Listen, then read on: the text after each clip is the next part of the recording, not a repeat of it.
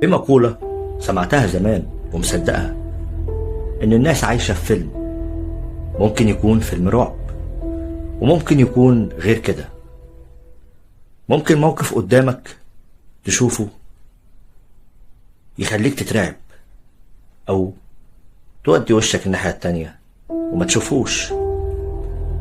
أهم حاجة لما تشوف أو تسمع ما تخافش.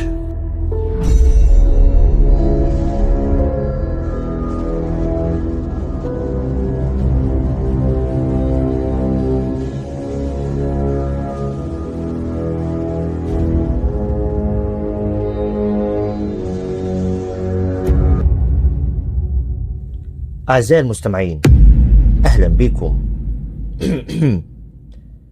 ندخل في الموضوع على طول. في سنة 2018 القصة عن شاب اسمه خالد، كان راجع بالعربية لوحده بالليل بعد شغله. الطريق كان فاضي والدنيا مطر وضباب، وفجأة حصلت حاجة غريبة غيرت مساره ورحلته.